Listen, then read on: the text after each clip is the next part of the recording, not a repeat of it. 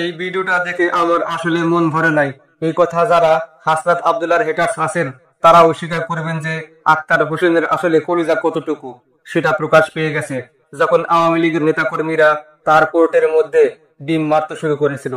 একদম বিড়ালের মতো ভয়ে তিনি সোজা হাঁটা ধরলেন, একবার গাড়ি ফিরিয়েও তাকালেন না কে বা কারা তাকে ডিম মারলো। এরপর হোটেলে এসে সবাইকে যখন কাছে পাইলেন তখন দলবল নিয়ে এসে তিনি মুজিববাদ মুর্দাবাদ ইনকিলাব জিন্দাবাদ স্লোগান দিলেন।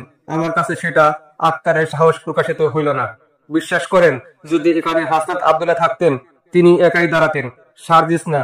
সার্জিস হচ্ছে একটা আলাদা চরিত্র, কিন্তু হাসনাত আব্দুল্লাহ হলে তিনি পিছনে কয়জন আছে সেটা কাউন্ট করতেন না, তিনি একাই দাঁড়িয়ে যেতেন। তাহলে প্রশ্ন আসছে, কেন আক্তার হোসেন বিড়ালের মতো ভয় পেয়ে হোটেলের নিচে গিয়ে হঠাৎ করে বাঘের মতো গর্জে উঠলেন? মূল কারণ হচ্ছে হোটেলের সামনে গিয়ে তিনি দলবলের সাপোর্ট পেয়েছেন। আমরা দেখলাম আমেরিকার রাজপথ গরম করছে আক্তার হোসেন। হ্যাঁ, দলের নেতৃত্বে অবশ্যই হেডমওয়ালা লোক থাকা দরকার। আমার মতে এনসিপির সবচেয়ে গুরুত্বপূর্ণ পদে হাসনাত আব্দুল্লাহকে বসানো দরকার, কারণ সাহস কাকে বলে সেটা ট্যাকেল করার সঠিক শিক্ষা আমরা ওনার কাছ থেকেই দেখতে পারতাম। পুরা টিমের মধ্যে নাহিদ সার্জিস সবাই ভীত মনে হয়, কিন্তু হাসনাত আব্দুল্লাহর মধ্যে আছে আসলে হিরোইজম। ঘটনার পর দেখা গেল জন এফ কেনেডি বিমানবন্দর থেকে হোটেল পর্যন্ত আক্তার বারবার গালি শুনছেন, রাজাকার টাকা হয়েছে, কয়েকটা ডিমও পড়েছে, কিন্তু আশ্চর্যের বিষয় আক্তারের কোনো প্রতিবাদ আমরা কোথাও দেখতে পাই নাই।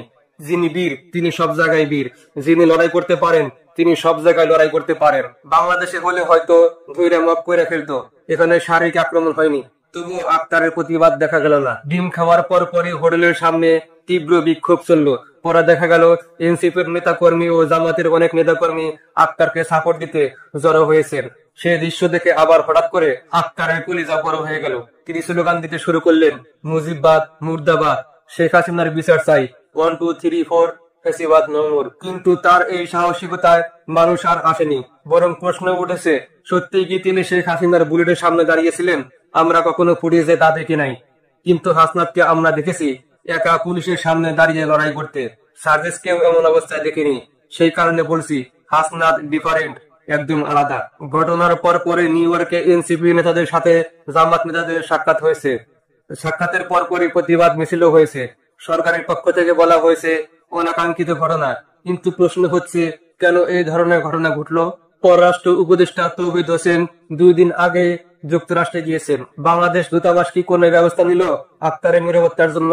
আসলে তাদের দায়িত্বও না, কারণ আক্তার হোসেন কোনো সরকারি দলের না, এমনকি এনসিপির এখনো নিবন্ধন হয়নি। দূতাবাস সাধারণত সরকারি প্রতিনিধি, রাষ্ট্রীয় প্রতিনিধি বা মন্ত্রীদের জন্য প্রোটেকশন নিশ্চিত করে, কিন্তু এখানে আক্তার গেছেন ডক্টর ইউনূসের সঙ্গে, মির্জা ফখরুল ছিলেন, বিএনপি নেতারা ছিলেন, জামাতের নেতারাও উপস্থিত ছিলেন, কিন্তু এনসিপির নিজস্ব বিদেশি কর্ম সংগঠন নাই, তাদের কাজ সীমাবদ্ধ ফেসবুক পোস্টে। তাহলে প্রশ্ন হচ্ছে, আওয়ামী লীগ আগে থেকে ঘোষণা দিয়েছিল ডক্টর ইউনূস ও এনসিপি কে কিভাবে প্রোটেস্ট করবে, সেই অবস্থায় অন্তর্বর্তী সরকারের ব্যর্থতা, তারা কেন নিরাপত্তা দিতে পারলো না? সব শেষে বলবো, ঘটনা যাই হোক, রাজনৈতিক প্রতিপক্ষের নিরাপত্তা নিশ্চিত করা যে কোনো সভ্য রাষ্ট্রের দায়িত্ব। ভালো থাকবেন, আসসালামু আলাইকুম।